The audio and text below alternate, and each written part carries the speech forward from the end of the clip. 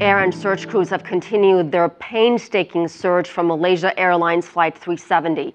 There have been promising leads this past week, but it's now been nearly a week since search crews picked up a possible signal thought to be from the missing plane.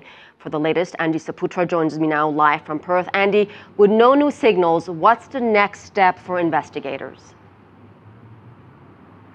That's right. There's no new signals since Tuesday last week. This shows a growing sign that the black box's batteries might well be depleted by now. The investigators, the search and rescue team, are still hoping that this black box will still emit some signal. They've just launched a few planes here from the Pierce Air Base in Perth, Western Australia. I'm told that there'll be a dozen aircraft conducting surface search today, being held by 15 ships as well departing from Western Australia. What they're hoping is that this black box, according to the manufacturers, that can only last up to 30 days, will last a lot longer than that. It's closer to 40 days now. They are hoping that to find these pings to narrow down the search area. But if that comes out fruitless, then they will have to deploy the underwater deep sea scanning devices that they have here called the Bluefin-21. And as time goes on, this might be their only option by now. So Andy, let's talk about this underwater scanning device. Walk us through of how this will help investigators or search crews finding the plane.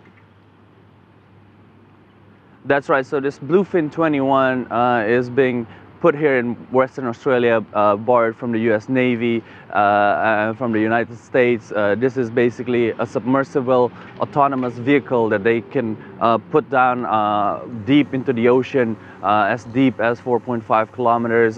They will float just about 100 or 200 meters above the seabed, and can emit sonars that will help them map the seabed there on its topography, and they will look for signs of some anomalies other than geographic structure there. And once they find that, they can have cameras and lights to photograph any of the evidence and transmit it onto the ship that's dragging it.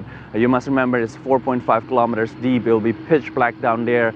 And the reason that they haven't been putting this underwater to use since the start of the search is that this is moving very slow. It's about 6 times slower than the tow pinger locator that they're doing right now. And with the amount of the search area now, we're told it's as big a size of a city, and the black boxes are only a size of a desktop computer. So if you can imagine what they're trying to do now, what the only option will be left now if the black box's battery are indeed dead, is to find a desktop computer in an area size of a city. So it's going to be quite a monumental task here for the International Search and Rescue Team.